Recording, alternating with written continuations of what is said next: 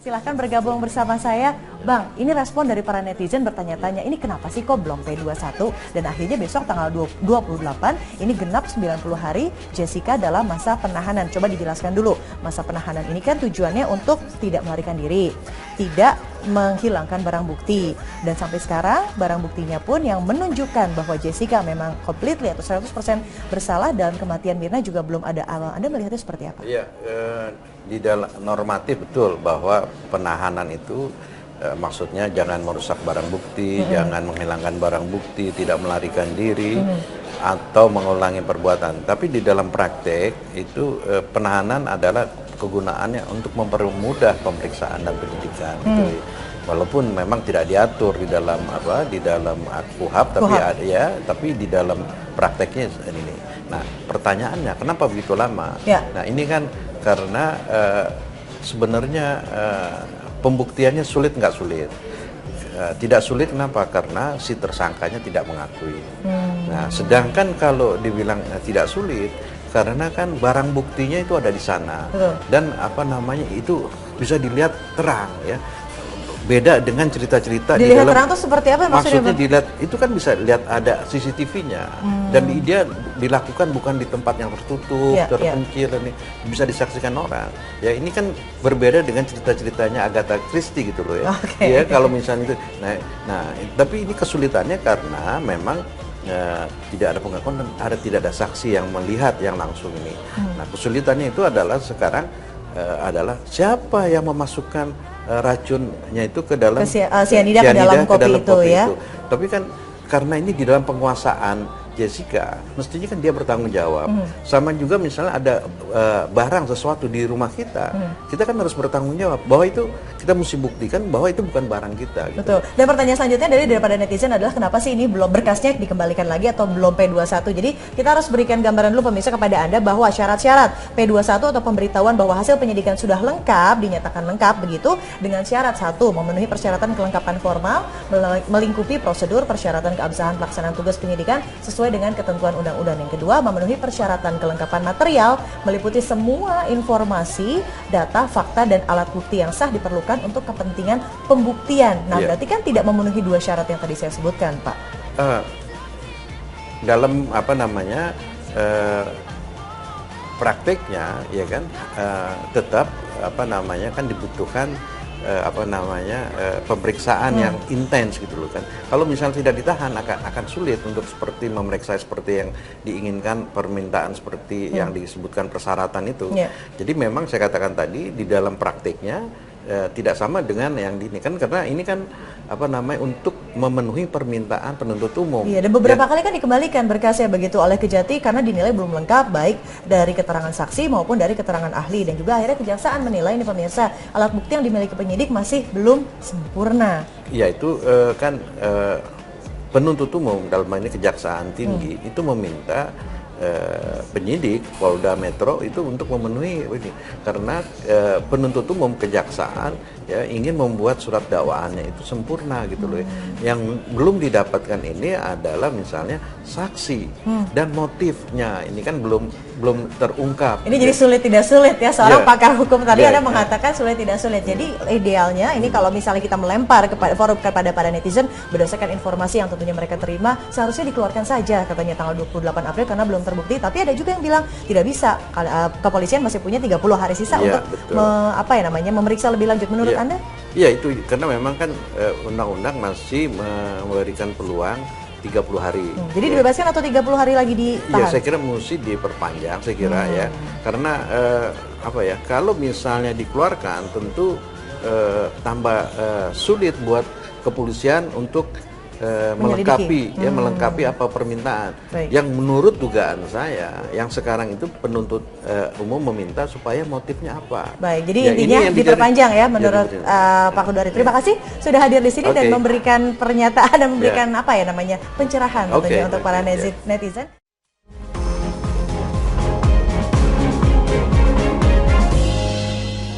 Tagar We Love Cities melengkapi 3 topik di Netizen News kali ini. Coba cari deh, penasaran tagarnya We Love Cities. Nah, seperti ini, di mana sebanyak 3 kota di Indonesia pemirsa terpilih untuk mengikuti kompetisi We Love Cities yang diselenggarakan organisasi yang bergerak di bidang lingkungan World Wide Fund atau WWF. Nah, kota-kota ini dipilih berdasarkan komitmennya dalam pembangunan berkelanjutan yang rendah emisi dan juga ramah lingkungan.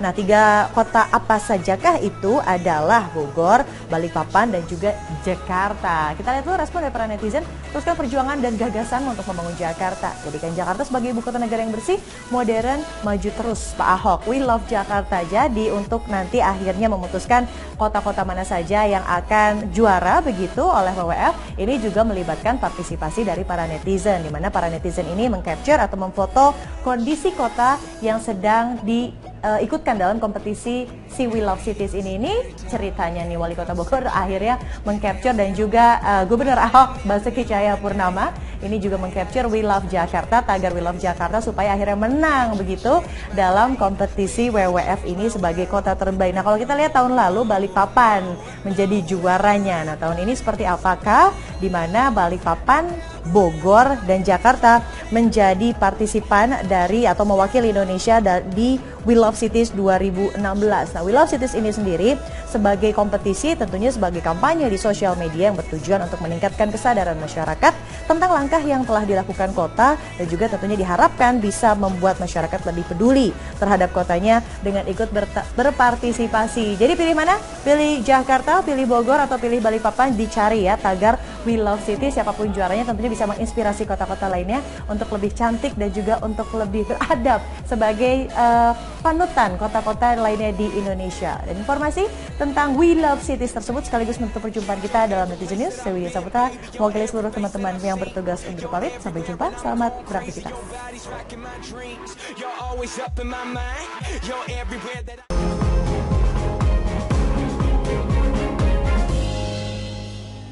Kembali lagi di Netizen News, pemirsa. Tahukah Anda tanggal 23 kemarin itu diperingati sebagai Hari Buku Sedunia? Bagaimanakah Anda memaknai Hari Buku Sedunia? Dan akhirnya kita pikir belum telat nih kayaknya untuk mengucapkan selamat Hari Buku Sedunia. Dan peringatan ini diresmikan tahun 1995.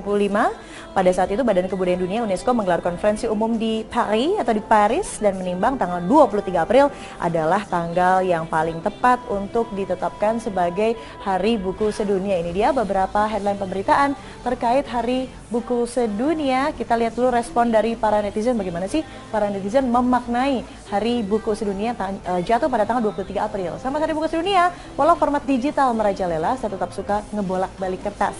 Oke deh. Terima kasih Ajek Nurjaman sudah mencuitkan opini Anda. Lalu ada juga Tia Yulia Hidayat, sejarah pun tidak akan lengkap jika tidak ada naskah. Selamat Hari Buku Sedunia. Ya juga ya Tia, terima kasih sudah mencuitkan, dan juga Anda bisa mention loh ke akun Twitter kami @netnews_metro_tv. Selamat Hari Buku Sedunia, semoga kita tambah rajin membaca buku untuk menambah pengetahuan dan wawasan. Dan sudah hadir di studio Medsos Netizen News, pemirsa, ada Mbak Sandi Taruni, ada relawan 1001 buku. Seperti apa sih 1001 buku ini? Mbak Sandi, terima kasih sudah hadir. Halo. Di studio, apa kabar? Baik.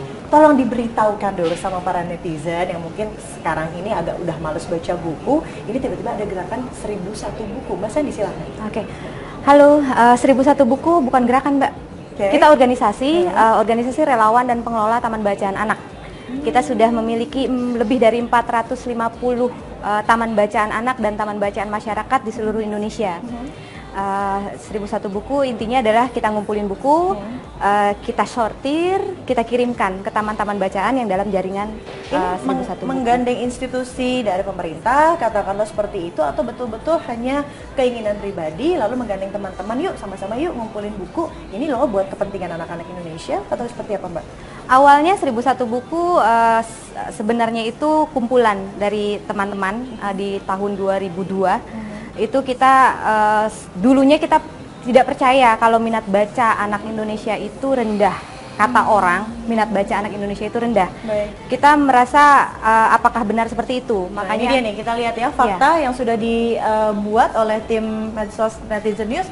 Data UNESCO tahun 2012 minat baca orang Indonesia ini ada di 0,001. Ini berdasarkan dari Media Research Center begitu. Tadi juga dikatakan bahwa minat baca anak Indonesia Dan kita lihat nih, hanya 1 dari 1.000 orang Indonesia punya minat baca serius, yang lain cuman ya iseng-iseng aja.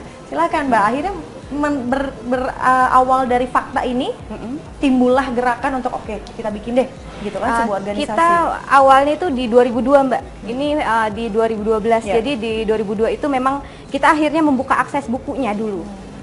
Buka akses buku, kita kirimkan bukunya, apakah benar anak-anak rendah minat bacanya. Tapi dalam perjalanannya waktu, setelah akses buku diberikan, memang ada kemampuan baca yang kurang, ada minat baca yang kurang. Dan itulah yang sedang kita galakan di tahun ini untuk membuat sebuah riset di dalam organisasi kita untuk mengetahui benarkah seberapa besar minat baca. Jadi dan kemampuan ini baca masih sedang berjalan ya? Untuk risetnya ya.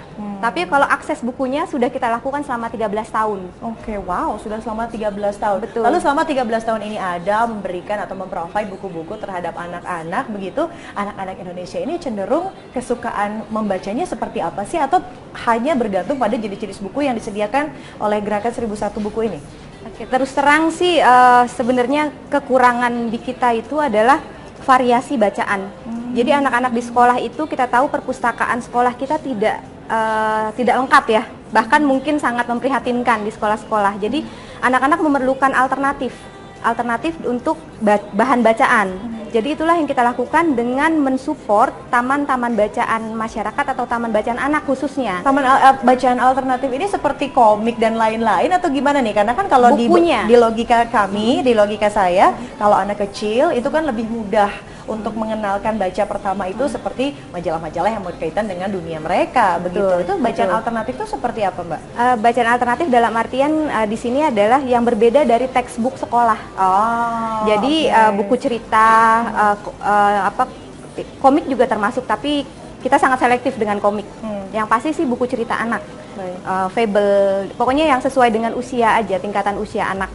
Oke, berkaitan dengan dunia mereka. Betul. Nah, sekali lagi ini mengenai buku, yang ngomong-ngomong soal buku textbook, kita sering sekali nih mendengar ada textbook di sekolah loh, berdasarkan kurikulum, ini tiba-tiba aja kecolongan. Sering sekali ada hal-hal yang seharusnya belum pantas dikonsumsi oleh anak-anak. Gerakan 1001 Buku mengkritisi ini seperti apa?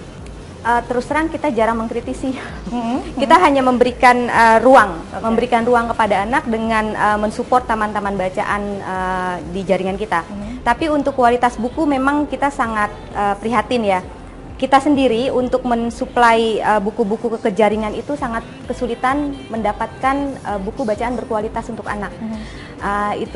Jadi kita benar-benar mesti selektif karena banyak sekali ya tadi kecolongan grafik novel yang harusnya tidak dikonsumsi dengan anak-anak. Terakhir singkat saja, akses untuk bila kita ingin memberikan buku terhadap Gerakan 1001 Buku di mana, Mbak? Kita ada website 1001buku.org.id, kita ada Twitter @1001buku dan Instagram @1001buku, ada fanpage kita cari ya tagline-nya 1001 Buku. Ada di situ. Baik, terima kasih Mbak sudah memberikan pencerahan. Semoga saja dengan tayangan ini nanti teman-teman netizen para ingin menyumbang buku untuk tentunya menggalakkan kecerdasan anak Indonesia. Sekali lagi terima kasih. Dan pemirsa, Netizen News masih akan kembali besok tentunya dari Senin hingga Jumat pukul 13.05 waktu Indonesia Barat. Saya Widya Saputra mewakili seluruh teman-teman yang bertugas untuk pamit. Sampai jumpa.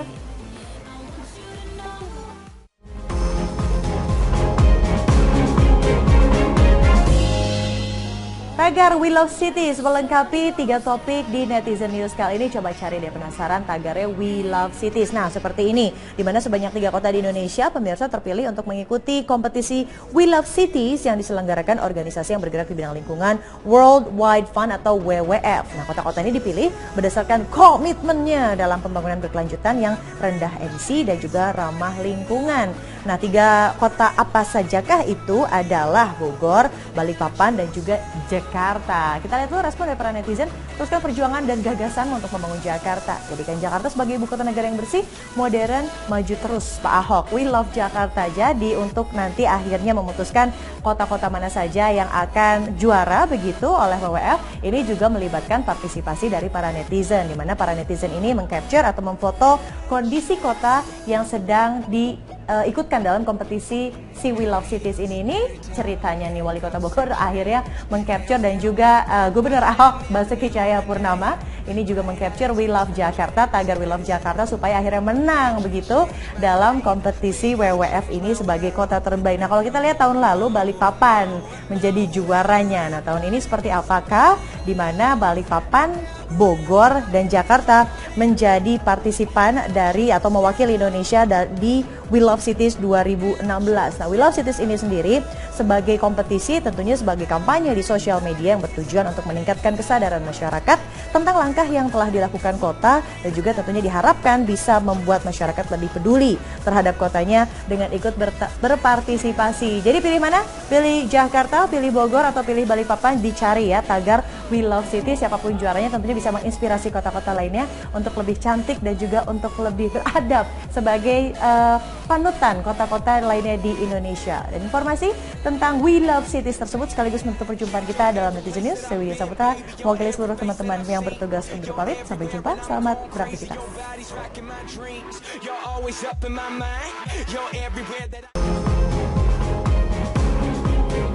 Mengikuti prosedur persyaratan keabsahan pelaksanaan tugas penyidikan sesuai dengan ketentuan undang-undang. Yang kedua, memenuhi persyaratan kelengkapan material meliputi semua informasi, data, fakta, dan alat bukti yang sah diperlukan untuk kepentingan pembuktian. Nah, berarti kan tidak memenuhi dua syarat yang tadi saya sebutkan, Pak. Dalam prakteknya, ya kan, tetap kan dibutuhkan pemeriksaan yang intens gitu loh kan. Kalau misalnya tidak ditahan akan sulit untuk seperti memeriksa seperti yang diinginkan, permintaan seperti yang disebutkan persyaratan itu. Jadi memang saya katakan tadi di dalam praktiknya tidak sama dengan yang ini kan, karena ini kan untuk memenuhi permintaan penuntut umum. Iya, dan beberapa kali kan dikembalikan berkasnya begitu oleh Kejati karena dinilai belum lengkap baik dari keterangan saksi maupun dari keterangan ahli, dan juga akhirnya kejaksaan menilai ini pemirsa alat bukti yang dimiliki penyidik masih belum sempurna. Iya, itu penuntut umum dalam hal ini Kejaksaan Tinggi itu meminta penyidik Polda Metro itu untuk memenuhi ini karena penuntut umum kejaksaan ya ingin membuat surat dakwaannya itu sempurna gitu loh. Yang belum didapatkan ini adalah misalnya saksi dan motifnya ini kan belum terungkap. Ini jadi sulit tidak sulit ya, seorang pakar hukum tadi Anda mengatakan sulit tidak sulit. Jadi idealnya ini kalau misalnya kita melempar kepada para netizen berdasarkan informasi yang tentunya mereka terima, seharusnya dikeluarkan saja katanya tanggal 28 April karena belum terbukti. Tapi ada juga yang bilang tidak bisa, kepolisian masih punya 30 hari sisa untuk memeriksa lebih lanjut. Menurut Anda? Iya, itu karena memang kan undang-undang masih memberikan peluang 30 hari. Jadi dibebaskan atau 30 hari lagi ditahan? Ya, saya kira mesti diperpanjang, saya kira ya. Karena kalau misalnya dikeluarkan tentu tambah sulit buat kepolisian untuk melengkapi apa permintaan. Yang menurut dugaan saya, yang sekarang itu penuntut umum meminta supaya motifnya apa. Baik, jadi intinya diperpanjang ya menurut Pak Kudari. Terima kasih sudah hadir di sini dan memberikan pernyataan dan memberikan pencerahan tentunya untuk para netizen. Silahkan bergabung bersama saya. Bang, ini respon dari para netizen bertanya-tanya, ini kenapa sih kok belum P21? Dan akhirnya besok tanggal 28, ini genap 90 hari Jessica dalam masa penahanan. Coba dijelaskan dulu, masa penahanan ini kan tujuannya untuk tidak melarikan diri, tidak menghilangkan barang bukti. Dan sampai sekarang barang buktinya pun yang menunjukkan bahwa Jessica memang completely atau 100% bersalah dalam kematian Mirna juga belum ada. Anda melihatnya seperti apa? Iya, di dalam normatif betul bahwa penahanan itu maksudnya jangan merusak barang bukti, jangan menghilangkan barang bukti, tidak melarikan diri atau mengulangi perbuatan. Tapi di dalam praktek itu penahanan adalah kegunaannya untuk mempermudah pemeriksaan dan penyidikan. Gitu. Walaupun memang tidak diatur di dalam KUHP, tapi di dalam prakteknya ini. Nah, pertanyaannya kenapa begitu lama? Nah, ini kan karena sebenarnya pembuktiannya sulit nggak sulit. Tidak sulit kenapa? Karena si tersangkanya tidak mengakui. Nah, sedangkan kalau dibilang tidak sulit, karena kan barang buktinya itu ada di sana. Dan itu bisa dilihat terang ya. beda dengan cerita-cerita di Dilihat dalam. terang tuh seperti apa maksudnya, Maksudnya Bang? dilihat itu kan bisa lihat ada CCTV-nya dan dia dilakukan bukan di tempat yang tertutup, Iya, terpencil, dan bisa disaksikan orang. Ya ini kan berbeda dengan cerita-ceritanya Agatha Christie gitu loh ya. Oke. Ya kalau misalnya itu, nah tapi ini kesulitannya karena memang tidak ada pengakuan dan tidak ada saksi yang melihat yang langsung ini. Nah kesulitannya itu adalah sekarang adalah siapa yang memasukkan racunnya itu ke dalam cyanida ke dalam kopi itu ya. Tapi kan karena ini di dalam penguasaan Jessica, mestinya kan dia bertanggung jawab. Sama juga misalnya ada barang sesuatu di rumah kita, kita kan harus bertanggung jawab bahwa itu kita mesti buktikan bahwa itu bukan barang kita. Gitu. Betul. Dan pertanyaan selanjutnya daripada netizen adalah kenapa sih ini belum berkasnya dikembalikan lagi atau belum P21. Jadi kita harus berikan gambaran dulu pemirsa kepada Anda bahwa syarat-syarat P21 atau pemberitahuan bahwa hasil penyidikan sudah lengkap, dinyatakan lengkap begitu dengan syarat satu, memenuhi persyaratan kelengkapan formal, Itu rendah. Kata orang, minat baca anak Indonesia itu rendah. Baik. Kita merasa apakah benar seperti itu? Makanya Makanya ini dia nih, kita lihat ya fakta yang sudah dibuat oleh tim Medsos Netizen News. Data UNESCO tahun 2012 minat baca orang Indonesia ini ada di 0,001. Ini berdasarkan dari Media Research Center begitu. Tadi juga dikatakan bahwa minat baca anak Indonesia, dan kita lihat nih, hanya 1 dari 1.000 orang Indonesia punya minat baca serius, yang lain cuman ya iseng-iseng aja. Silakan Mbak, akhirnya berawal dari fakta ini, timbullah gerakan untuk oke, kita bikin deh, gitu kan, sebuah organisasi. Kita awalnya itu di 2002 Mbak, ini di 2012, jadi di 2002 itu memang kita akhirnya membuka akses bukunya dulu. Buka akses buku, kita kirimkan bukunya, apakah benar anak-anak rendah minat bacanya. Tapi dalam perjalanannya waktu, setelah akses buku diberikan, memang ada kemampuan baca yang kurang, ada minat baca yang kurang. Dan itulah yang sedang kita galakan di tahun ini untuk membuat sebuah riset di dalam organisasi kita untuk mengetahui benarkah seberapa besar minat baca jadi dan risetnya kemampuan ini baca. masih sedang berjalan ya? Untuk risetnya iya. Tapi kalau akses bukunya sudah kita lakukan selama 13 tahun. Oke, wow, sudah selama 13 tahun. Betul. Lalu selama 13 tahun ini ada memberikan atau memprovide buku-buku terhadap anak-anak begitu. Anak-anak Indonesia ini cenderung kesukaan membacanya seperti apa sih? Atau hanya bergantung pada jenis-jenis buku yang disediakan oleh gerakan 1001 buku ini? Oke, terus terang sih sebenarnya kekurangan di kita itu adalah variasi bacaan. Jadi anak-anak di sekolah itu kita tahu perpustakaan sekolah kita tidak lengkap ya, bahkan mungkin sangat memprihatinkan di sekolah-sekolah. Jadi anak-anak memerlukan alternatif untuk bahan bacaan.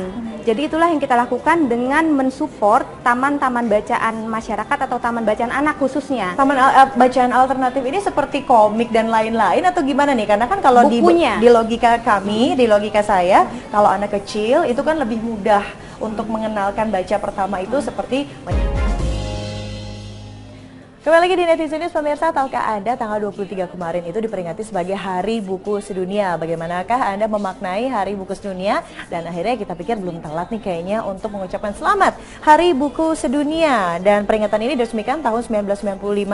Pada saat itu Badan Kebudayaan Dunia UNESCO menggelar konferensi umum di Paris dan menimbang tanggal 23 April adalah tanggal yang paling tepat untuk ditetapkan sebagai Hari Buku Sedunia. Ini dia beberapa headline pemberitaan terkait Hari Buku Sedunia. Kita lihat dulu respon dari para netizen, bagaimana sih para netizen memaknai Hari Buku Sedunia jatuh pada tanggal 23 April. Selamat Hari Buku Sedunia, walau format digital merajalela, saya tetap suka ngebolak-balik kertas. Oke deh, terima kasih Ajek Nurjaman sudah mencuitkan opini Anda. Lalu ada juga Tia Yulia Hidayat, sejarah pun tidak akan lengkap jika tidak ada naskah. Selamat Hari Buku Sedunia. Ya juga ya Tia, terima kasih sudah mencuitkan, dan juga Anda bisa mention loh ke akun Twitter kami @netnews_metro_tv. Selamat Hari Buku Sedunia, semoga kita tambah rajin membaca buku untuk menambah pengetahuan dan wawasan. Dan sudah hadir di studio Medsos Netizen News, pemirsa, ada Mbak Sandi Taruni, ada relawan 1001 buku. Seperti apa sih 1001 buku ini? Mbak Sandi, terima kasih sudah hadir di studio. Apa kabar? Baik. Tolong diberitahukan dulu sama para netizen yang mungkin sekarang ini agak udah males baca buku, ini tiba-tiba ada gerakan 1001 buku. Mbak Sandi, silakan. Oke. Halo, 1001 buku bukan gerakan, Mbak. Kita organisasi relawan dan pengelola taman bacaan anak. Kita sudah memiliki lebih dari 450 taman bacaan anak dan taman bacaan masyarakat di seluruh Indonesia. 1001 buku intinya adalah kita ngumpulin buku, kita sortir, kita kirimkan ke taman-taman bacaan yang dalam jaringan 1001 buku. Menggandeng institusi dari pemerintah, katakanlah seperti itu, atau betul-betul hanya keinginan pribadi, lalu menggandeng teman-teman, yuk sama-sama yuk ngumpulin buku, ini loh buat kepentingan anak-anak Indonesia, atau seperti apa Mbak? Awalnya 1001 buku sebenarnya itu kumpulan dari teman-teman di tahun 2002. Itu kita dulunya kita tidak percaya kalau minat baca anak Indonesia